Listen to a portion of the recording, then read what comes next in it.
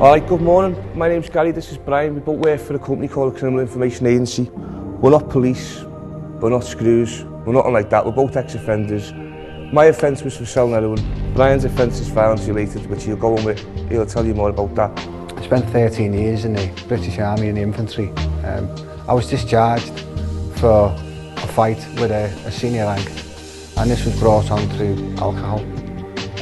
It lost me my career. It got me 5 years in prison. I was involved in crime for a number of years. I've sold most drugs, cannabis, LSD, ecstasy, cocaine, heroin. And it's very easy to sell drugs. It's very easy to grab what you can while you can. But it's hard to make something yourself through honest means. And I've been in situations like that several times. And I've been convicted several times and I've been imprisoned. But I was told last time in Crown Court, if I ever face Crown Court judge again for a similar offence, I'm looking at life imprisonment. But we're not here today to tell you not to commit crime, not like that, because we can't. We're not judges, we're not God. You're the master of your own destiny. All we're going to tell you is the consequences of committing a crime, where you might end up. It can lead to prison.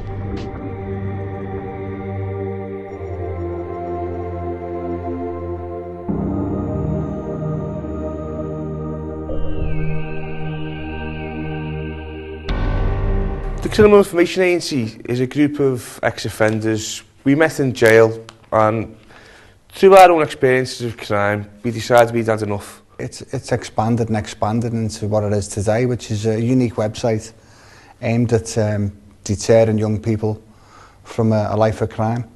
We also offer assistance to families of inmates with a 24-hour call centre. It's not just a website no more. Now there's Outreach Team, what me and Brian do. We have got a positive message to get across. There's a Saturday night, a few lines of cocaine in your bedroom, a few bags tucked in your pocket. You're out with your mates, you're having a few cans of lager. Everything's good, isn't it? Life's good, a few jokes and things like that. You've got potential for violence, but if you're full of all that, you're gonna go straight into it all the time, aren't you? And from a simple Saturday night, he's out 1 minute with his mates, he's having a few beers, he's having a laugh. Could be anything, could be someone stands on his foot. Next morning he's in a paper suit, he doesn't know how he's got there. Next thing he's in the Crown Court and he's got 15-year life sentence. I think the all kids have got a vivid imagination and they watch things on TV. They're very much influenced by TV and film, so they watch a film that's about prison. They think that's what it's like. And we try and tell people how jail is as opposed to Bad Girls, as opposed to films like The Mean Machine. Violence in prison happens very quickly, very, very rapidly. Here's a quite simple weapon. I'll start at this end and we'll pass it down. Everyday batty to listen to your radio. There's a pillowcase. Everyone's got them. Put them together now. Feel that one on your hand. Feel that one and feel how much you could swing that. Everyone in prison eats tuna. The lid comes off. Fold the lid in half. That's like a scalpel, isn't it?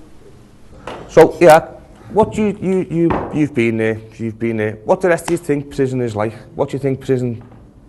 What do you think you do in prison? What do you think it takes off you? I'll tell you what it took off me. I lost 2 jobs, 2 relationships, 2 kids.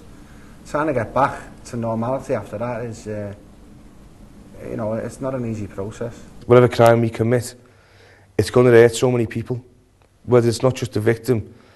If we get jail, we become the victims of our own crime anyway. But our families are the victims.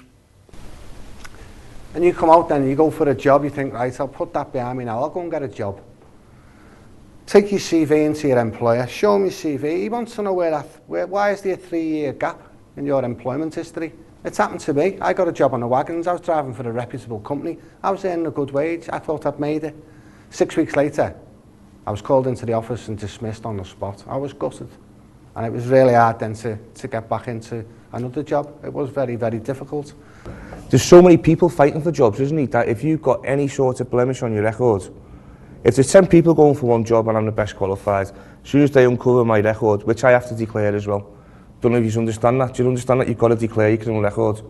you know if you're asked on an application form, is everything true and honest what you've said? If you tick yeah and then they found out it's a lie, it's actually a criminal offence. Instead of going down the street corner to sell drugs or, you know, go to college, get yourself an education, stop messing about, get yourself a career, do something positive. So if we can tell people about that and hopefully they listen to us, then that's fantastic. If I can pass on my experiences to someone who's going to listen and make a difference, and I think, you know, what I'm doing today will be worthwhile. The gun wounds we've seen on paper, we looked at a couple of wounds that were dirty, disgusting, and some of the slash marks as well that were used by razors. Yeah, that because I can relate to where they were coming from with myself doing the prison sentence. How people hurt each other in prison it's a good deterrent. It's a good way of getting across the youth, but listening to somebody's point of view who's actually been inside prison. Yeah, it was alright, good lads. Good to listen to. I would like to thank the lads for coming and explaining to us what they could. Just letting you come across and let you know that you can be caught for anything. You know, it doesn't matter what you do, you're not above the law. You know, and you can be pulled or caught for anything.